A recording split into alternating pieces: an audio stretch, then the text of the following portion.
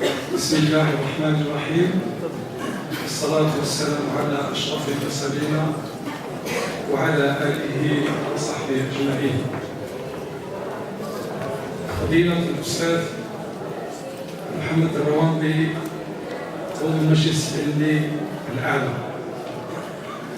السيد عميد كلية أصول الدين بتطوان، السيد رئيس المجلس العلمي المحلي لعمالة المضيق فليدة،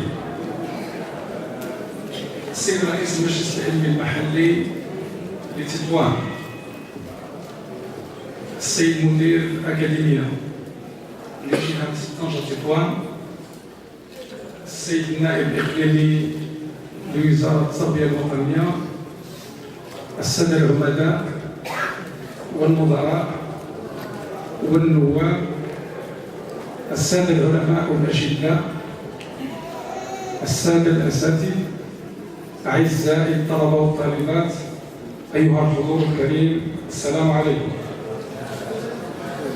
يسعدني ويشرفني نيابة عن السيد رئيس جامعة عبد الملك السعدي أن أحضر معكم افتتاحية هذا الملتقى الوطني العلمي الهام الذي سيتناول موضوع السنة النبوية في سبتة العالمة، والذي سيمتد ل3 أيام.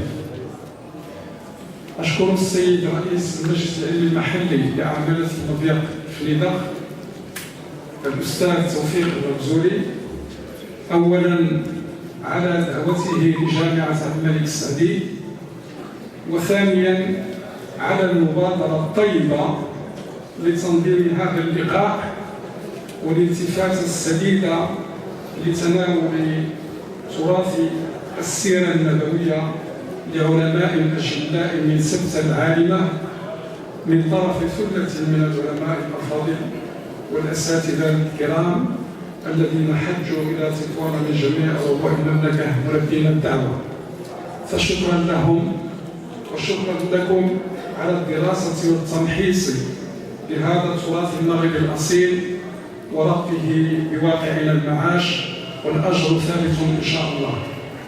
أتمنى لأعمالكم كامل التوفيق والنجاح،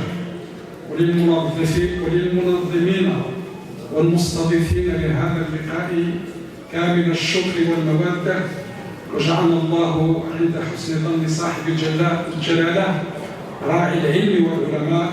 والسلام عليكم ورحمة الله تعالى.